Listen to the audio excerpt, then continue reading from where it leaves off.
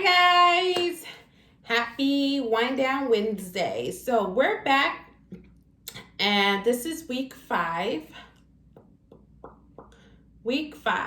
So this week we're going to be discussing, you found a buyer. So you've been selling your house for the past, trying to list your house, prepare it for the market for the last 4 weeks. Now here in week 5, we are discussing you found a buyer.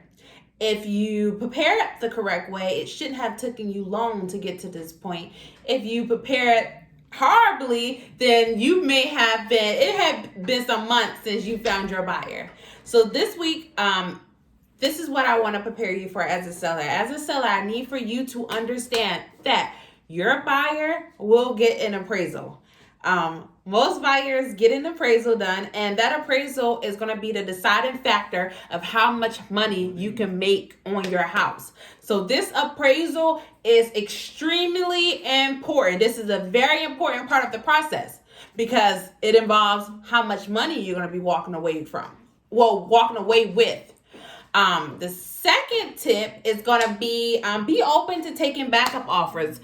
Some buyers, for some reason, sometimes they walk away from houses if they're under contract, which I have no idea. I had someone do that. The property inspection came back and she pulled out completely out of the process.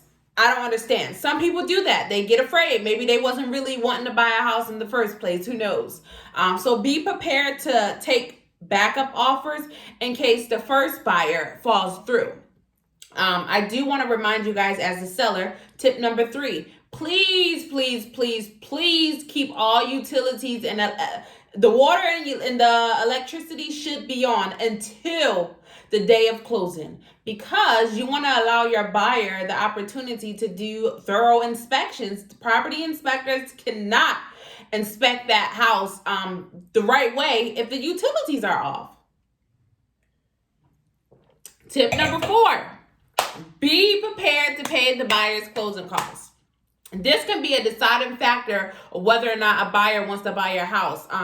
In this market here in Fayetteville right now is a seller's market, so you are not obligated to pay the buyer's closing costs, especially if you have 10 offers. But I just say if you can afford it, be prepared to pay the buyer's closing costs. You guys are in this together.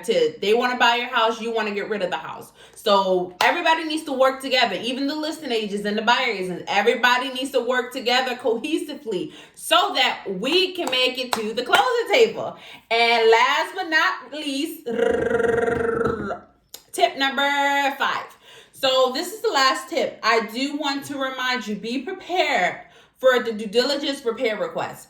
Not all buyers submit one, but this is going to be the deciding factor of also if they buy the house or not, because the due diligence repair request is them requesting from you as the seller to get certain items repaired, and sometimes that can be a deal breaker for some buyers. So be prepared to receive that due diligence repair request. So we're done for week 5.